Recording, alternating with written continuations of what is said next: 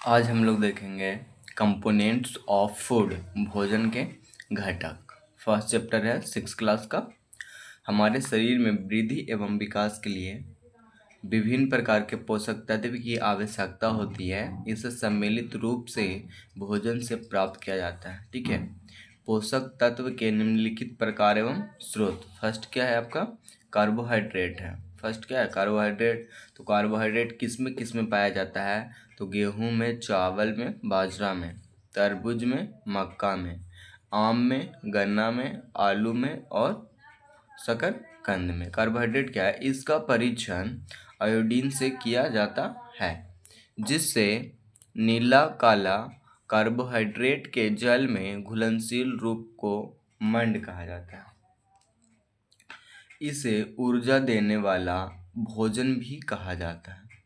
1 ग्राम carbohydrate से 4.2 calorie ऊर्जा की प्राप्ति होती है।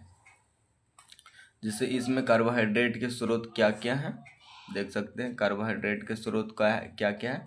तो शकरकंद, आलू, गन्ना, पपीता, तरबूज, आम, मक्का, बाजरा, चावल, गेहूँ। कार्बोहाइड्रेट के ये क्या है? कुछ स्रोत हैं। अब हम लोग देखेंगे बी क्या है? प्रोटीन के बारे में हम लोग देखेंगे। प्रोटीन क्या है? तो प्रोटीन किस में पाया जाता है? तो दाल, तिल, सोयाबीन, अंडा, मांस, मछली, पनीर और दूध में पाया जाता है। प्रोटीन की खोज 1838 ईस्वी में बर्जिलियंस ने किया था। इसका प्रयोग शरीर के वृद्धि के लिए किया जाता है।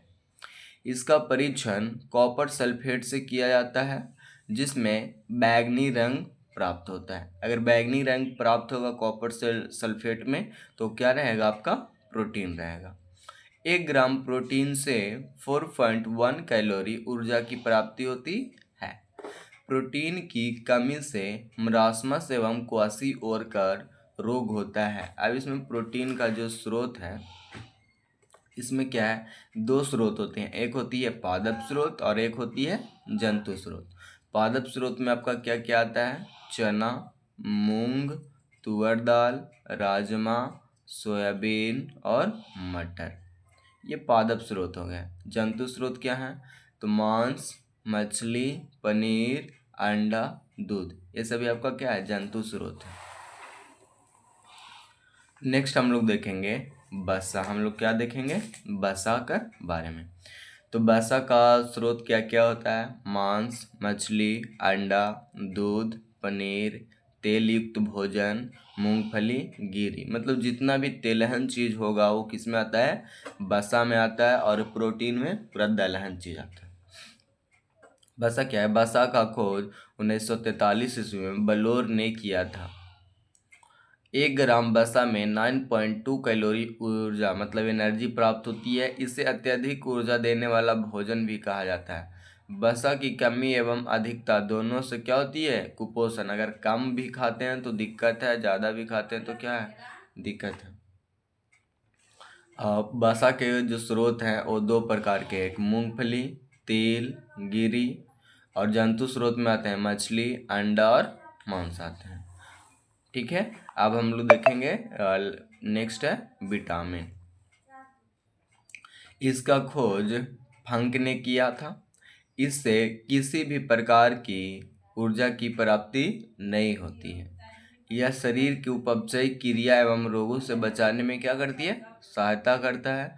विटामिन 2 प्रकार के होते हैं। एक होती है झैल में घुलनशील, जिसको बोलते हैं BC, मतलब विटामिन बी और सी झैल में घुलनशील है। वसा में घुलनशील किड्डा, KEDA, मतलब vitamin A, vitamin D, vitamin E, vitamin के, ये सभी क्या है? वसा में घुलनशील है। वसा में घुलनशील विटामिन यकृत में संचित रहता है। कहाँ संचित रहता है? यकृत में रहता है। मानव शरीर के आंत में बनने वाला विटामिन B3, B6, B12 और K है। विटामिन ए के कुछ स्रोत क्या हैं? आम है, गाजर है और पपीता है। विटामिन बी के कुछ स्रोत हैं यकृत, गेहूं और चावल। ठीक है। विटामिन सी के जो कुछ स्रोत हैं संतरा,